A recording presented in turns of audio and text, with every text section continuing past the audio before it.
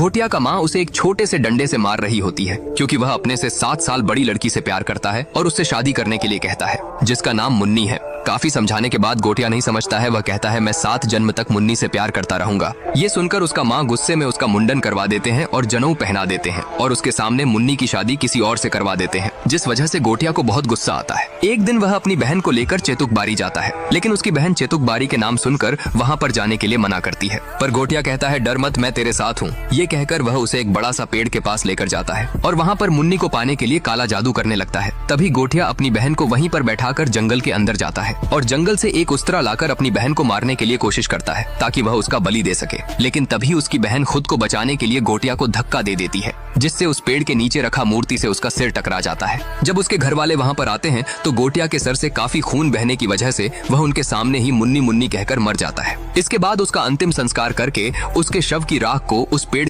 घोटिया का अंतिम संस्कार करने के बाद उसके शव की राख को उस पेड़ के नीचे दफना देते हैं और उस पेड़ के चारों तरफ मंत्र पढ़कर सफेद धागा बांध देते हैं। यह देखकर घोटिया की माँ पूछती है, ऐसा क्यों कर रहे हो? तभी एक आदमी कहता है, ऐसा नहीं करेंगे तो अनर्थ हो जाएगा, क्योंकि तेरा बेटा अपनी मुंडन के 10 दिन पूरे होने के पहले ही चल बसा। अगर वह जाग गया तो ब्रह्म राक्षस बनेगा। इसके बाद कहानी कुछ साल आगे जाता है। बिट्टू एक डरपोक लड़का था। वह हर छोटे छोटे चीजों से बहुत डर जाता था। वह अपने माँ के साथ अपने पार्लर में काम करता था। एक दिन जब बिट्टू अपने पार्लर जाने के लिए गाड़ी निकाल रहा था, तभी उसे चेतुक बारी का विजन आने लगता है, जिससे वह बहुत डर जाता है। अगले दिन रात को बिट्टू जब अपनी फ्रेंड बेला के साथ क्लब पर होता है, तभी बेला का फ्रेंड कुबा उसे मैरिज के लिए प्रपोज करता है और बेला भी उसे एक्सेप्ट कर लेती है। यह देखकर बिट्टू का दिल टूट जाता है क्योंकि वह बेला को मन ही मन प्यार करता था। तभी उसे फिर से चेतुक बारी की विजन आने लगता है, जिसमें कोई उसे उसके पास आने के लिए बुला रहा था। अगले दिन बिट्टू अपनी माँ और दादी माँ के साथ गाँव जाता है क्योंकि उसके बहन की शादी थी। बिट्टू जब अपनी बहन के साथ घूम रहा था तब उसे चेतुक बारी दिखता है और उसे फिर से कोई वहाँ पर आने। बिट्टू जब गाँव घूमने के बाद घर पर आता है तो देखता है कि उसकी माँ और काका के अंदर झगड़ा लगा है।